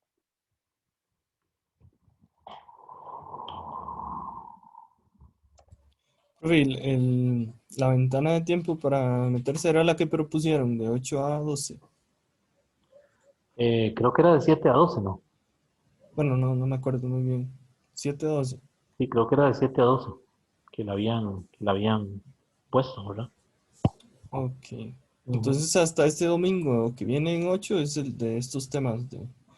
Sí, es decir, ahora todas las pruebas se corren 3 días, ¿verdad? Es decir, la que era para el Ok. jueves, que no sé cuál es la fecha ahora, creo que es 1 de octubre, si no me equivoco, sería entonces para, vamos a ver, viernes 2, sábado 3, sería para el domingo 4 de octubre.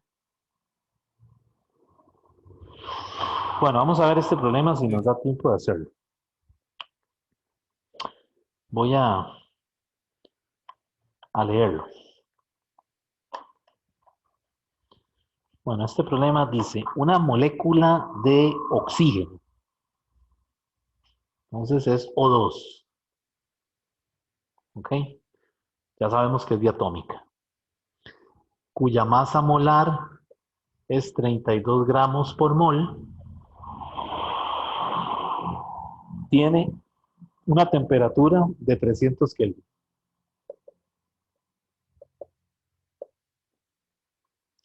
Se encuentra en un recipiente cúbico de 0.1 metros de lado. O sea, le están dando la arista, 0.1 metro. Recuerden el modelo de teoría cinética, ¿verdad? Que la molécula está metida en un cubo. Y ahí le están dando la arista. Okay, entonces esos son los datos. Le dicen que es oxígeno, que la masa molar es 32 gramos por mol, que está a 300 Kelvin y que se encuentra dentro de un recipiente cúbico cuya arista es 0.1 metro, o sea, 10 centímetros de arista. Y entonces le pide que calcule lo siguiente. Parte A. La energía cinética traslacional por molécula. Entonces vean que le está diciendo la de una molécula, porque si no le dirían la energía cinética traslacional total. La parte B le dice que calcule el valor de su velocidad cuadrática media, o sea, el VRMS. La parte C, calcule la fuerza promedio perdón, que ejerce la molécula sobre las paredes del recipiente. Y la parte D, la cantidad de moléculas que hay en el recipiente, suponiendo que la presión en el recipiente es una atmósfera. La cantidad de moléculas que hay en el recipiente suponiendo que está a presión atmosférica. Ok, vamos con la parte A. Entonces es un gas diatómico, ¿verdad? Está a 300 Kelvin y lo primero que nos están pidiendo es la energía cinética traslacional por molécula. Entonces, la energía cinética traslacional por molécula es usar el teorema de equipartición. El teorema de equipartición dice que un medio de la m0 por la velocidad promedio al cuadrado es igual a ¿quién? A 3 medios de n kBt, ¿verdad? Pero como es por molécula, esta n vale 1. Eso es lo único que hay que tener cuidado, ¿verdad? De por sí no tiene el número de moléculas total, ¿verdad? Se lo están pidiendo hasta la parte D. Pero podría ser que le surja la tentación de calcularlo antes, ¿verdad? Ok, entonces de aquí ya yo sé que esa energía, esto es la energía traslacional de una molécula. Y sería entonces igual a 3 kBt. O sea que lo que hago es que multiplico 3 medios por 1,38 por 10 a la menos 23, que es la constante de Boltzmann, por la temperatura que son 300 Kelvin. Y de ahí me sale el K traslacional. A mí me da, haciendo esta operación de aquí, me da en joules 6.21 por 10 a la menos 21. ¿Qué unidades? Joules.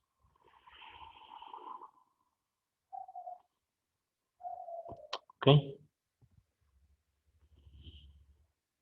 Bien, entonces vamos a calcular ahora la RMS. La RMS, bueno, esta es la parte A. La parte B sería la URMS. Sería la raíz de 3RT entre M o 3KBT entre M0. ¿Verdad? Cualquiera de los dos le tiene que dar lo mismo.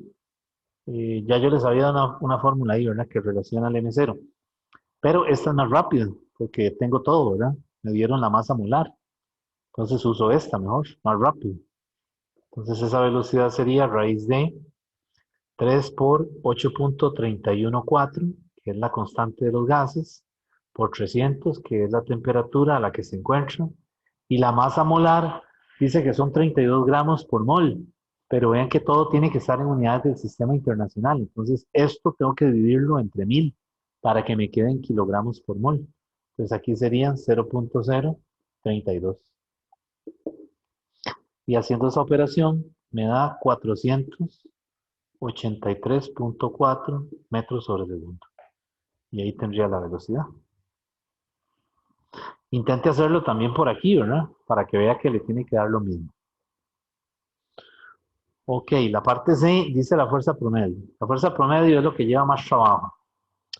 La fuerza promedio, en teoría cinética, dijimos ahora al principio de la clase, que es el delta P entre delta T. Ok, entonces el delta P, ya dijimos que es 2m0 por delta V. ¿Por qué era el 2m0? Porque en teoría cinética, los físicos de esa época dijeron que las colisiones supusieron que eran elásticas. Entonces, la velocidad con la que, la magnitud de la velocidad con la que rebota la misma. Y el delta T, ¿cómo lo calculamos? Con la formulilla esa del tiempo entre colisiones, que es 2D entre la V. ¿Y la V cuál es? La RMS. ¿Ok? Entonces ya yo tengo la V. Lo que me hace falta aquí en esto es calcular el M0. Entonces, ¿cómo puedo yo calcular el M0? Pues el M0, utilizo aquella formulita que vimos hace 15 días. El M0 es la masa molar entre el número de Avogadro. Entonces aquí sería 0.032 kilogramos por mol entre el Na, que es 6.022 por 10 a la 23 moléculas por mol. Cancelo mol y ya tengo la M0. La M0 me da 5.31, 4 por 10 a la menos 26. Y esos son kilogramos por molécula. No por mol, por molécula. Entonces ya lo tengo todo, ¿verdad? Porque tengo la masa. Tengo el delta, tengo la V. Aquí algo me faltó que hice mal. Aquí es, ese delta no está ahí. Es 2m0 por V, ¿verdad? Profe, Sí, una pregunta. dígame. ¿Esa V es promedio? Es la RMS. RMS, Sí, igual en el delta T. igual en el delta T. Sí. Ok, ok. Y el delta T aquí sería 2 por la, Siempre se toma ese valor. ¿cuál? Y para la V, No, porque depende del valor de la temperatura. Ah, usted sí, dice aquí o en la sea, no fórmula. ese valor específico, sino Ah, sí, tomar sí. el RMS. Sí, sí, correcto. Siempre va a ser el RMS. Ok, ok. O sea, aquí sería 2 por el arista, que es 0.1, entre la URMS, que son 483.4. A mí ese tiempo me da 413 por 10 a la menos 4 segundos. Y ya entonces puedo sustituirlo todo, ¿verdad? Porque entonces la fuerza promedio sería entonces 2 por la masa, que son 531.4 por 10 a la menos 26, por la URMS, que es 483.4, dividido entre el delta T, que es 413 por 10 a la menos 4. No le puse unidades para que no se enrede tanto, pero esto está en kilogramos, esto está en metros sobre segundo y esto está en segundos. Y eso me da unidades de fuerza, que son newtons. Esa fuerza entonces tiene que darme 1.24, si todo está bien, 1.24 por 10 a la menos 19. Y vean que esta es la fuerza que ejerce una molécula. ¿De acuerdo? No es todo el conglomerado de moléculas en una pared o en una sección transversal dada. 1.24 por 10 a la menos 19 newtons. Ok, y por último, ya para terminar, me falta la N. ¿De dónde saco el número de moléculas? Voy a hacerlo aquí arriba. El número de moléculas uso el gas ideal. P por U entre KBT. Y me dice que la presión es a una atmósfera. De hecho, eso es un error, porque en el examen, esto fue un problema de un examen desde presencial, y en la parte D no dijeron que la presión tenía que ser una atmósfera. Entonces, no había forma de calcularlo, ¿verdad? Entonces ahí, para calcular el número de moléculas sería 1013 por 10 a la 5 pascales, porque es una atmósfera, por el volumen. ¿Cuál sería el volumen? El volumen donde está el gas. El gas está en un recipiente cúbico y el volumen de un cubo es arista a la 3. Entonces aquí sería por 0.1 a la 3 dividido entre la KB, 138 por 10 a la menos 23 por 300. Y eso me da, a mí me dio que la cantidad de moléculas es 2.45 por 10 a la 22 moléculas. ¿Ok? Y bueno, aquí se pueden seguir calculando más cosas, ¿verdad? Le pueden decir que calcule la velocidad promedio, ¿verdad? Que sería con la fórmula que vimos ahora, la distribución de Maxwell, o que calcule la velocidad más probable, ¿verdad? Entonces aquí hay que tener cuidado con las unidades de que no vayamos a poner algo que no está es decir, que dejemos una presión, por ejemplo, en pascales, o que dejemos un volumen en litros o en centímetros cúbicos. Entonces ya no le dio, ¿verdad? Le va a dar otra cosa totalmente, ¿cómo se dice? Que no tiene nada, que no tiene sentido, ¿verdad? Y lo curioso es que quien prepara cuando se preparan estas preguntas, alguien hace el cálculo con las unidades equivocadas, ¿verdad? Para que también haya una opción. Y entonces por eso hay que ponerse vivo con las unidades a la hora de que, de que sean las correctas en el sistema internacional. Bueno, entonces, hasta aquí sería el capítulo de teoría cinética, ¿verdad? La próxima semana nos toca comenzar a ver el capítulo de segunda ley de la termodinámica. ¿Ok? Y entonces, por ahí en el transcurso de la semana, subo una clase que les debo sobre gases ideales, ¿verdad? Y una clase que les debo sobre primera ley, que son clases asincrónicas. Y la otra semana vendrá una clase de esto de teoría cinética. He estado un poquito atrasado con esas clases. Pero bueno, ustedes ven que ahí en la plataforma hay una cantidad de información gigantesca, ¿verdad? Es decir, hay clases de todos los temas ya preparados que se prepararon desde el semestre pasado, ¿verdad? Así que más bien la información más bien es sobra, ¿verdad? Sí, Bueno, claro. bueno, entonces quedaríamos aquí si no hay ninguna pregunta y nos vemos el miércoles, porque el miércoles recuerden que para los que puedan conectarse, ya les mandé la invitación, es la hora de consulta a las 8 de la mañana. Ok, bueno, Profe, entonces Ok, quedamos profe, aquí. Dígame. gracias.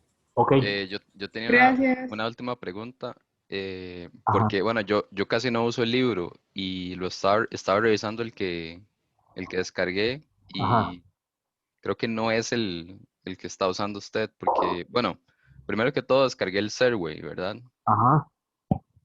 Fundamentos de Física, de edición 10. Ah, no, el que estamos usando es la edición 10, pero no dice fundamentos. O sea, el que dice o sea, yo uso el oficial de la cátedra, que es este, Ujú. el que tiene un drum, ahí arriba. Ah, ok, Física para Ciencias e Ingeniería. Física para ciencias e ingeniería, el volumen 1. ¿Ok? Ah, ok, es que me fui por el autor y sí, tienen otro que dice Sí, Fundamentos de Física. ellos tienen otro libro con otro autor, creo, que es Fundamentos de Física, que es como un curso Ah, ok. para física, pero sin cálculo. Ok, ok. Entonces voy a descargar ese, gracias. Ok, con gusto. Bueno, hasta luego entonces, Profe, Jojo.